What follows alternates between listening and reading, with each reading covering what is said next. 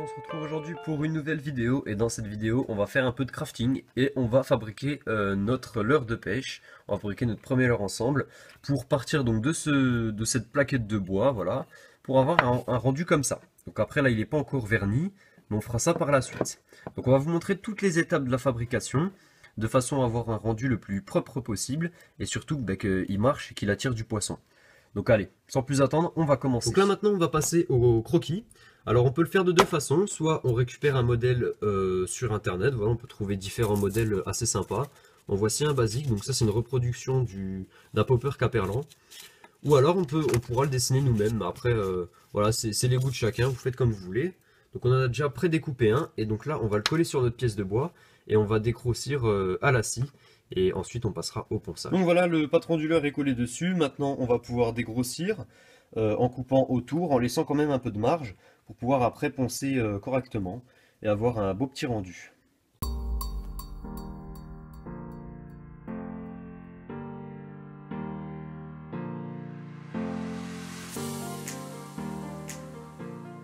Voilà, donc maintenant qu'on a à peu près coupé notre pièce de bois aux bonnes dimensions, ce qu'on va faire c'est qu'on va terminer à la scie ou bien à la Dremel, comme vous voulez, utiliser le plus simple. On va dégrossir donc de façon à aller le plus près possible du croquis, mais en laissant, comme je l'ai dit, tout de même une petite marge pour pouvoir faire nos arrondis et poncer correctement. Donc voilà, donc là on a dégrossi à la scie, alors comme ça paye pas de mine, mais donc c'est vrai qu'on a du mal à s'imaginer le popper qui arrivera plus tard. Mais donc maintenant on va faire un travail de ponçage afin d'affiner les bords et arrondir les côtés pour avoir la forme qu'on recherche. Donc là on a notre pièce de bois qui est dégrossie et maintenant ce qu'on va faire c'est qu'on va la poncer. Alors là j'ai mis du papier de verre en P80, donc c'est-à-dire avec un grain plutôt épais qui va nous permettre de décaper la pièce dans un premier temps et de faire les formes qu'on veut. Et après progressivement on mettra une taille donc de grain de plus en plus petite pour avoir un bon rendu et surtout à la fin de bonnes finitions.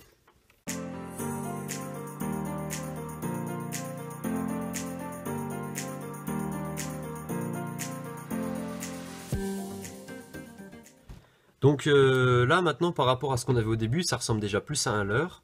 Voilà, on a une forme qui nous convient, de profil on a une petite forme de poisson sympa. Voilà, pour l'instant c'est assez cubique encore, mais quand on regarde c'est assez équilibré. Et puis les formes me conviennent, donc maintenant on va arrondir tout ça et ça devrait bien. Voilà, donc là maintenant on va passer aux arrondis, de façon à ce que notre petit popper ait une forme voilà, de petit poisson, que ce soit un peu plus réaliste. Et on va faire l'arrondi avec du papier en P120, donc c'est du grain un peu plus fin, mais qui va tout de même garder une bonne abrasion, qui va nous permettre de réaliser des formes assez facilement et assez précisément. Voilà, donc on y va.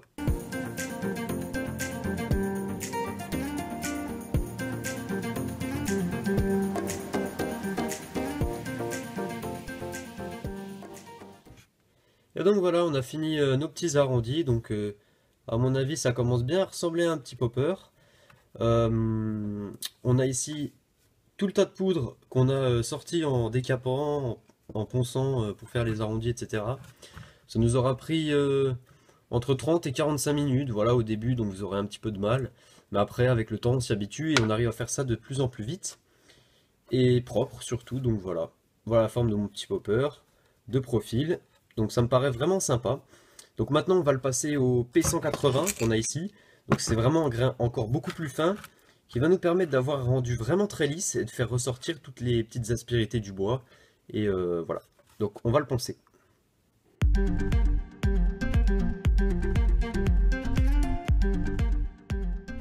Voilà, donc là comme vous pouvez le voir, ça devient de plus en plus lisse et donc on va continuer notre travail de ponçage. Là c'est vraiment de la finition avec un grain encore plus fin. Alors nous on n'avait pas plus fin, mais bien sûr si vous avez en dessous de... en fait plus la taille est élevée et plus le grain sera fin, voilà.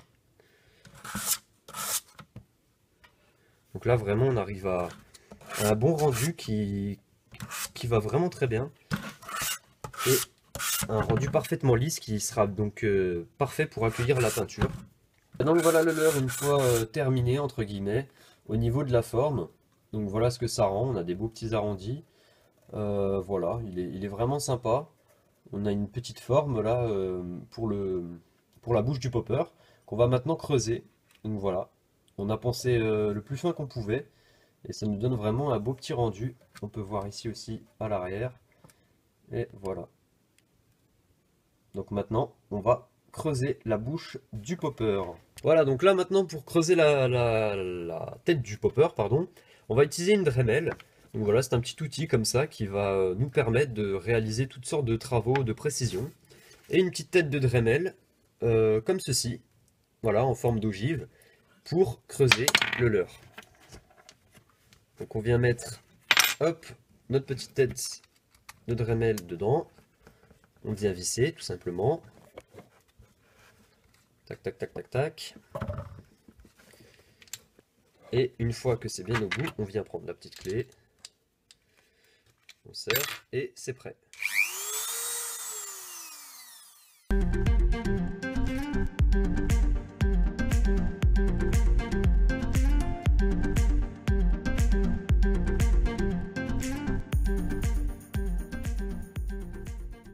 On a fini les petits détails, les petites finitions, voilà, donc il est plutôt bien droit, correct.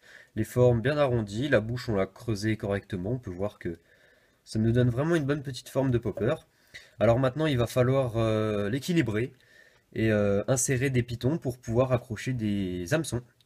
Voilà, on va Donc faire ça. maintenant, nous allons passer à l'équilibrage de notre leurre. Alors pourquoi cette étape? Eh bien tout simplement, notre leurre, quel qu'il soit, quelle que soit sa forme, il va avoir tendance donc à se mettre comme ça, à se positionner de côté. Et nous, ce qu'on veut, c'est l'avoir droit.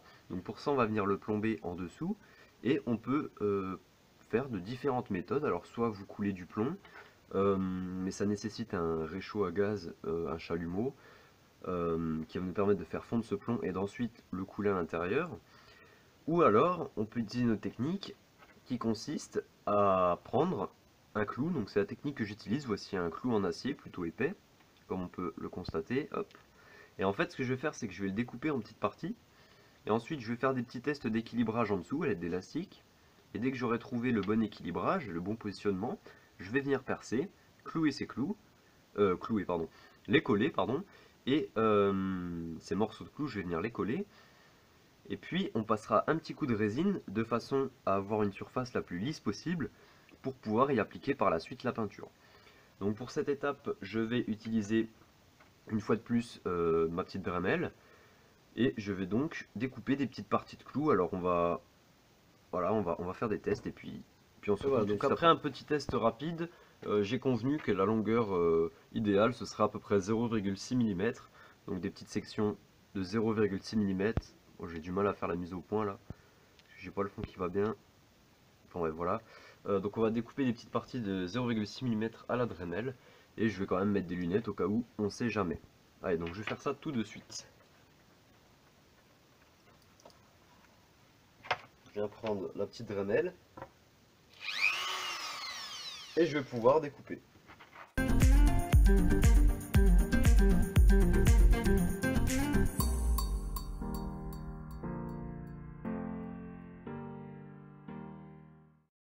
Et voilà. Donc là je vais découper une deuxième petite partie.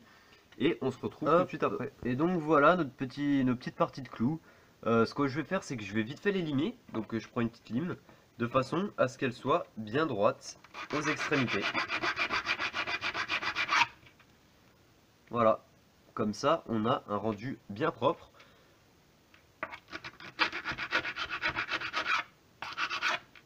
Voilà. Donc je fais le deuxième.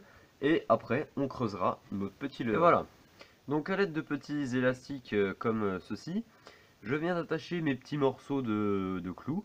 Et donc maintenant on va faire quelques tests, on va les recentrer, etc. en fonction de l'équilibrage qu'on souhaite avoir. Donc là en l'occurrence, on souhaite avoir un popper qui sera à peu près comme ça. Pas à l'horizontale par rapport à la surface de l'eau, mais légèrement comme ça. Donc on va reculer peut-être éventuellement le plomb du milieu pour avoir le centrage parfait. Donc là je ne vais pas vous filmer cette étape, hein, parce que c'est juste le mettre dans un bac d'eau et réajuster. Mais dès que j'ai retrouvé le bon ajustement, je ferai quelques petits marquages et on se retrouvera tout de suite après. Allez, voilà, donc au final j'ai trouvé le bon ajustement, il s'agissait en fait de les mettre tout simplement les deux en arrière. Donc là j'ai fait des petits marquages et là ce qu'on va faire c'est qu'on va sortir la perceuse avec une mèche qui correspond au diamètre de notre clou. Voilà, puis on va percer ça. Alors voilà, j'ai terminé mon perçage. Donc comme on peut le voir, voilà, j'ai fait un petit trou en longueur. Et donc je vais y coucher mes plombs dedans. Et j'étais parti pour les coller à la cyano, mais en fait, à mon avis, ce que je vais faire, c'est que je vais les englober dans le mastic.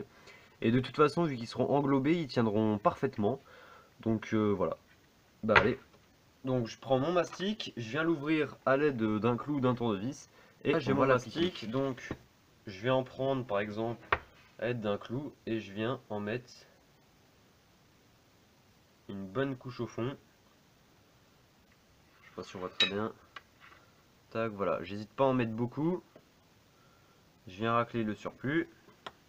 Et là je vais venir insérer mes cartouches de plomb à mes petits morceaux de plomb à l'intérieur, comme ceci. Donc ça va déborder mais c'est pas grave.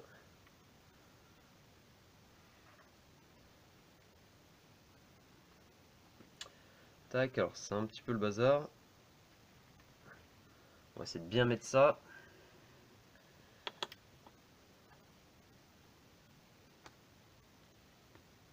Voilà, nickel. Tac. Voilà, donc là ça ressemble pas à grand chose, je vous l'accorde. Mais là maintenant ce qu'on va faire, c'est qu'on va répandre beaucoup de mastic dessus.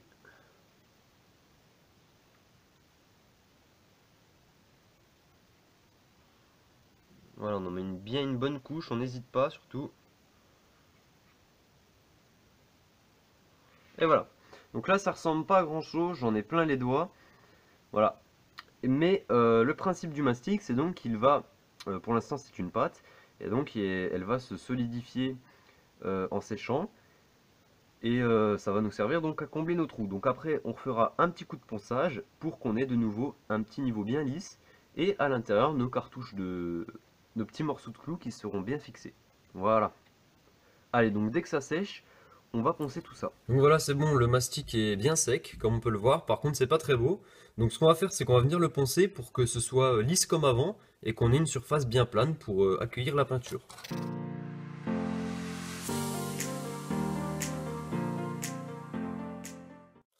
Voilà, donc là, ce que je vais faire, c'est que je vais utiliser, maintenant que j'ai bien dégrossi, comme on peut le voir, je vais utiliser un papier ponce, un papier de verre beaucoup plus fin pour avoir un rendu bien précis.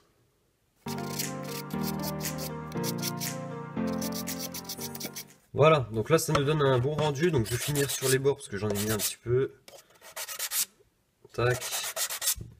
On fait gaffe à bien conserver la forme d'origine du leurre. Tac, comme ça me paraît très bien. Je vais poncer encore un dernier petit coup et ce sera bon. Et voilà. Donc là on peut voir que c'est bien lisse de nouveau, donc c'est pas très beau mais c'est pas grave, on va mettre de la peinture par dessus. Et ensuite on mettra un vernis époxy de façon à avoir une finition brillante et que ce soit plus solide. Donc maintenant ce qu'on va faire, c'est qu'on va fabriquer les attaches pour les hameçons, donc les pitons qu'on va venir insérer dans le leurre à l'arrière, devant pour relier au fil et au milieu. Et ce qu'on va faire, c'est qu'on va les fabriquer nous-mêmes avec de la corde à piano. Alors qu'est-ce que c'est? Donc voilà, c'est du fil une petite bobine de 10 mètres de fil comme ça, d'acier, qu'on peut se procurer dans les magasins de pêche. Et ça sert pour fabriquer des montures à vif, fabriquer des cuillères. Et là, dans notre cas, on va l'utiliser pour fabriquer nos pitons. Donc ce qui est bien, c'est que c'est très facile à travailler et que ça va nous faire un bon petit rendu. Donc pour information, ça ne sert à rien d'acheter des pitons fabriqués. Ce sera plus galère qu'autre chose. Et là, ça va être vraiment facile. Donc ce qu'on va faire, c'est qu'on va la boucler. Donc pour ça, on va utiliser tout simplement une petite plaquette de bois avec un clou dessus. Un clou du diamètre de la boucle qu'on veut. Donc ce qu'on va faire, c'est que les deux extrémités là de ce petit morceau de corde à piano qu'on a découpé, eh bien on va les insérer dans une perceuse, une visseuse. On va venir mettre comme ceci et on va tourner et ça va nous faire une belle boucle bien propre. Donc on va faire ça tout de suite. Donc voilà, on a inséré le petit morceau de corde à piano dans la perceuse. Ça va tourner et ce qu'on va faire donc c'est qu'on va le mettre là et on va le garder bien en tension pour avoir une boucle bien propre.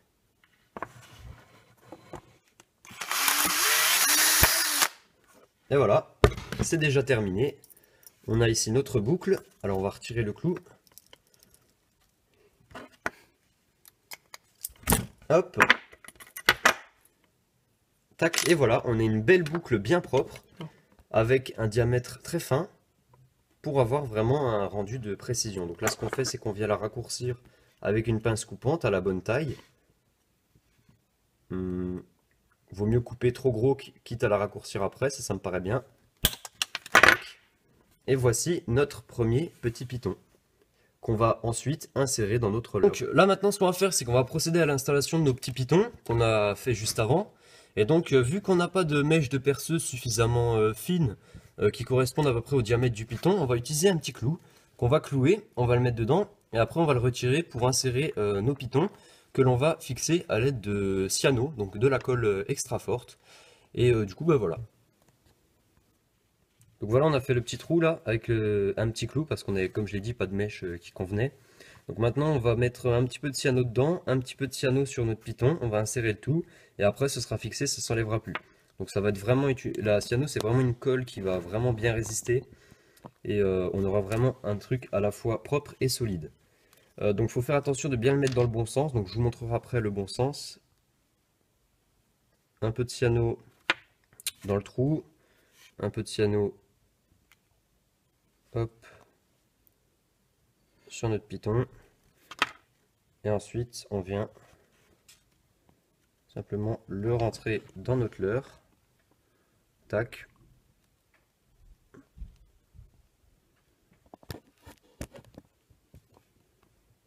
Voilà.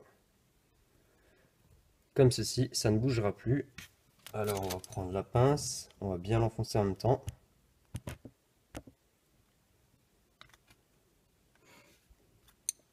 Tac, donc il va falloir le mettre parallèle au leurre, comme ceci. Tac, pour que de profil on voit la boucle. Et comme ça on aura l'hameçon qui sera dans le bon sens. Donc voilà, on va coller maintenant les autres. Voilà, donc là on a inséré tous nos pitons, comme on peut le voir. Ça nous fait un beau petit rendu. Maintenant ce qu'on va faire, donc on les a collés tous à la cyano. On va rajouter par sécurité une toute petite pointe, hop, de cyano par-dessus de chaque, comme ça. Voilà. Et comme ça, on est sûr que tout est bien fixé. Et là, en tout cas, je peux vous dire que ça bougera plus. Donc là, on va refaire un dernier petit ponçage pour enlever les petites impuretés, parce qu'on l'a tripoté, on l'a manipulé. Du coup, voilà, on l'a peut-être éventuellement sali. Donc on va faire un dernier petit coup de ponçage très très fin. Et on va pouvoir ensuite passer à la peinture. On s'est aménagé un petit atelier peinture. Et c'est ce qu'on va faire. Donc là, comme vous pouvez le voir, à droite, on a tout ce qui est pipette, petit gobelet, de l'eau pour faire nos mélanges. Voilà, puis on a notre peinture. Alors on n'utilise pas de la peinture spéciale aérographe parce que ça coûte cher. Et en fait, ce qu'on fait, ça marche tout aussi bien. On utilise de la peinture acrylique classique, pardon, qu'on peut trouver à très bas coût. On l'a payé 4 € le tube de 120 ml presque.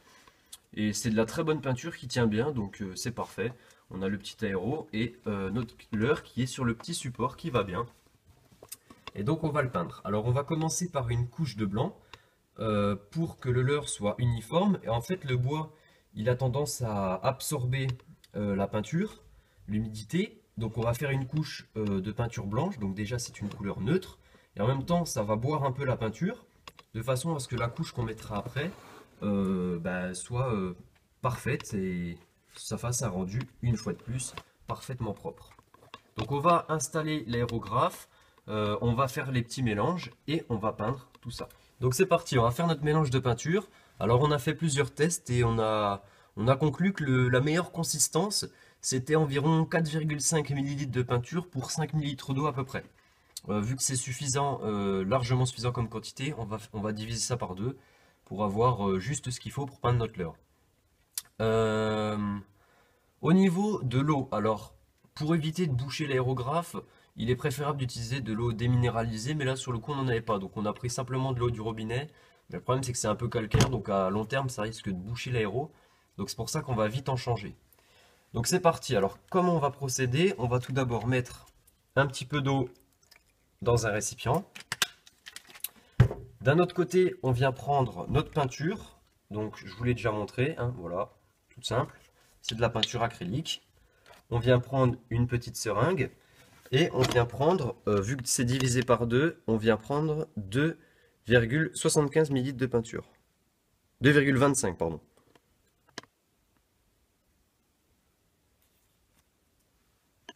Alors, on vient presser sur le tube. Tac. Donc 2,25 à peu près, hein. Voilà. On vient le mettre dans notre deuxième récipient. Et on vient prendre 2,5 ml d'eau. Tac. On verse ça dedans. Et maintenant, on vient prendre un petit agitateur et on va mélanger pendant un petit moment de façon à ce qu'on soit sûr qu'il n'y ait pas de grumeaux. Alors au niveau de la consistance, il faut avoir une texture qui se rapproche à celle du lait à peu près. Pour que ce soit bien fluide mais à la fois que ça reste un peu épais. Donc là, on va bien mélanger notre petite mixture. Et dès que tout est bien homogène, on va pouvoir la mettre dans l'aérographe. Donc voilà, on a installé l'aérographe. Alors ici, on a le tuyau d'air qui va donc partir du compresseur qui vient s'activer avec ce petit bouton qui est relié donc à l'aérographe. Le voici, on va mettre la peinture dans le petit récipient. Donc c'est un aérographe premier prix qu'on a trouvé sur Amazon pour une quarantaine d'euros, mais il fait le taf, donc pour commencer c'est très bien, avec l'alimentation qui est branchée derrière. Donc on va mettre la peinture dans le godet, tac, on a fait juste ce qu'il faut en peinture, et on a une bonne consistance. Voilà, très bien. Hop, on va pouvoir refermer. On va faire vite fait quelques petits tests et ensuite on va passer à la peinture. Donc c'est parti, on a la peinture dans notre godet, on va lancer l'aérographe. Et vu que ça va faire un petit peu de bruit, je vais faire un petit montage. Grâce à la magie du montage, je vais réduire le bruit.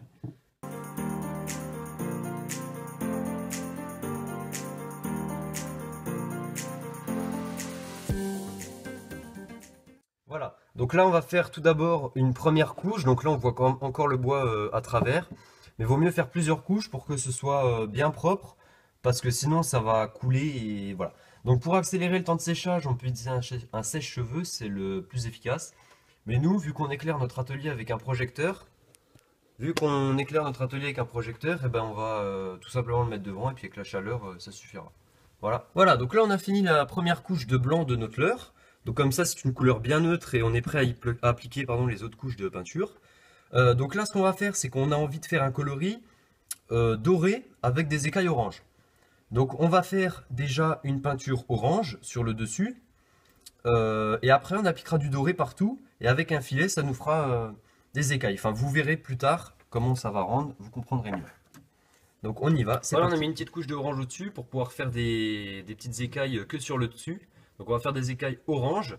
Et la couleur principale du leurre ce sera doré. Donc là on va utiliser un petit filet comme ceci. Qu'on va fixer au-dessus. Donc ça c'est un petit filet de boule de graisse pour les oiseaux. Donc ça va faire des grosses écailles, j'ai pas trouvé plus petit malheureusement. On va le mettre au-dessus et on va passer de la peinture par-dessus et on n'aura que des traits orange qui vont rester. Donc maintenant on va changer la peinture et voilà, donc là ce qu'on a fait c'est qu'on a mis un petit filet dessus pour pouvoir faire des écailles. Donc comme on peut le voir on a un petit dos et une partie du leurre qui est un peu orange et le reste c'est doré. Et donc là on va recouvrir totalement de doré et il nous restera que des écailles orange. Donc je l'ai fixé à l'aide de 2 pinces à linge, il est bien tendu et on va pouvoir peindre ça. Et voilà, donc là on a fait des toutes petites écailles orange, bon ça se voit pas trop pour l'instant. On va attendre que ça sèche et là on va faire une dernière arête noire sur le dos et ce sera sympa. Donc c'est très discret comme coloris, à part le doré qui va faire des beaux petits reflets.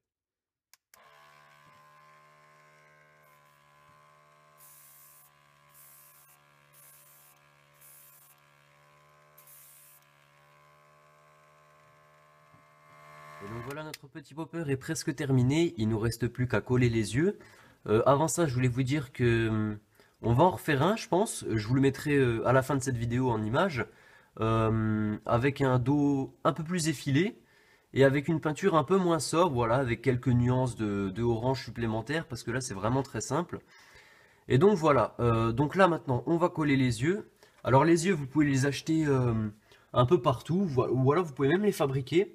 Vous imprimez des yeux en papier et puis vous mettez quelques gouttes de résine époxy dessus. Sinon vous pouvez les acheter, voilà, donc je vais les sortir. C'est des petits yeux de couleurs différentes, rouge ou doré ou argenté. Les voici, tac. Et donc on va en prendre 2 et on va les coller. Alors il y a déjà une colle qui est déjà préinstallée dessus, mais moi je vais mettre de la cyano, ça tiendra beaucoup mieux. Donc Hop, on va sortir des petits yeux. Voilà. Alors le mieux c'est de faire ça avec une pince à épiler. Mais là j'en ai pas. Et donc voilà le résultat final. Alors ça reste tout de même vraiment très simple. Voilà, coloris doré, une petite arête noire sur le dessus. Voilà, c'est très simple, il ne nous reste plus qu'à mettre les hameçons. Donc comme je vous l'ai dit, juste après, on va en refaire un, je pense. Et je vous montrerai juste après. Et donc voilà le petit second popper qu'on a fait donc dans cette même journée. Voilà, un peu plus élaboré, avec quelques nuances de rouge supplémentaires. On a essayé de faire une petite arête noire au milieu, ça rend pas top. Mais on a quand même collé des yeux. Voilà, il est beaucoup plus effilé, comme vous pouvez le voir. Voilà, parfaitement centré. Et donc au niveau de la fabrication, il n'y a rien qui change. Si ce n'est que la forme, qui est légèrement différente. Et la peinture, où on a décidé de rajouter quelques couleurs supplémentaires. Mais sinon, voilà, au niveau de l'équilibrage, c'est pareil, à peu près, parce que c'est pas la même forme. Et donc voilà. Donc moi personnellement, je trouve que ça rend mieux comme ça. Il est beaucoup plus... Il est à la fois simple et beau, donc voilà. Donc si vous avez des questions, n'hésitez pas à nous les poser en commentaire sur le matériel qu'on a utilisé, etc. Juste une petite précision, nous ne l'avons pas encore pour le moment, mais on va ajouter par-dessus une résine bicomposant époxy, de façon à vernir et à la fois faire une couche solide par-dessus pour le protéger de l'humidité, des chocs contre les rochers, pour le rendre un peu brillant. Enfin voilà. Donc on espère que cette vidéo de fabrication de leurre elle vous aura plu et on en refera prochainement sur d'autres types de leurres comme par exemple un jackbait ou voilà.